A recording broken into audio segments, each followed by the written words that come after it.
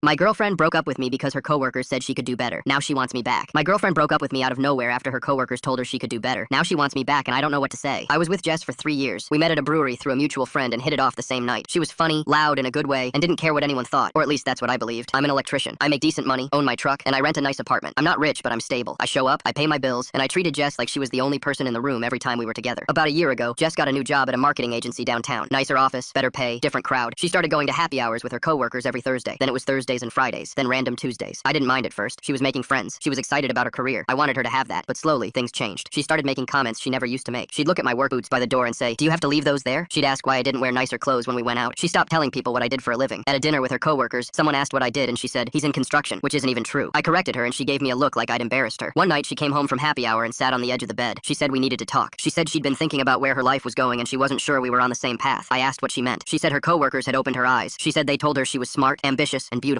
and that she could do so much better than where she was. I asked if that meant better than me. She didn't say no. She said she needed someone who matched her energy, someone who was going places, someone with vision. I'm an electrician, Jess. I wire buildings so people can turn their lights on. That's going places. She didn't laugh. She said, "I think we should break up." Just like that. 3 years, gone because some people she'd known for 8 months told her she was settling. I moved my stuff out that weekend. She kept the apartment because the lease was in her name, but I'd been paying half the rent plus utilities the entire time. I didn't fight about it. I just left. The first month was rough. I missed her. I missed the way things were before the new job, before the coworkers, before she decided I wasn't enough. But I kept working. I picked up extra shifts. I started going to the gym again. I reconnected with friends I'd been neglecting. I got my life back in order. 3 months after the breakup, I found out through mutual friends what actually happened. Jess's coworkers weren't just giving her advice. One of them, a guy named Oliver, had been pushing hard for the breakup. He'd been taking her to lunches, texting her constantly, telling her she deserved more. The whole thing was a setup. He wanted her single so he could make his move. And it worked. Jess and Oliver started dating about 2 weeks after she dumped me. She posted photos of fancy restaurants, rooftop bars, weekend getaways. It looked perfect from the outside. It lasted exactly 4 months. Oliver cheated on her with another coworker. The same guy who told Jess she could do better couldn't even be loyal for half a year. She found out because the other woman posted a photo from Oliver's apartment, and Jess recognized the couch. That's how it ended. Last month, Jess called me. I almost didn't pick up, but I did because part of me wanted to hear what she'd say. She was crying. She said she made the biggest mistake of her life. She said Oliver was garbage, and her coworkers weren't real friends. She said nobody ever treated her the way I did, and she didn't realize it until I was gone. She asked if we could try again. I sat on my couch in my new apartment and listened. Then I said, "You didn't just leave me, Jess. You were ashamed of me. You told your friends I was in construction because being with an electrician wasn't good enough for your new image. You looked at my boots like they were dirty. You treated everything I am like something you needed to upgrade from." She was quiet. I kept going. "I didn't change. I'm the same guy who picked you up from work when your car broke down. Same guy who fixed your mom's porch for free. Same guy who held you when your dad was in the hospital. I was always that guy. You just stopped seeing the value in it because someone in a nicer shirt told you there was something better." She asked if I could forgive her. I said I already had, but forgiving someone and taking them back aren't the same thing. She cried harder. I said, "I hope you find what you're looking for, but it's not going to be me. Not again." I hung up. I sat there for a while staring at the ceiling. My buddy called about 20 minutes later asking if I wanted to grab food. I said yeah. We went to a burger place down the street and didn't talk about Jess once. That was a good night. She still texts me sometimes. "Happy birthday last month." A random "how are you" last week. I read them. I don't respond. I don't hate Jess. I just know what it feels like to be someone's backup plan, and I'm not doing that again.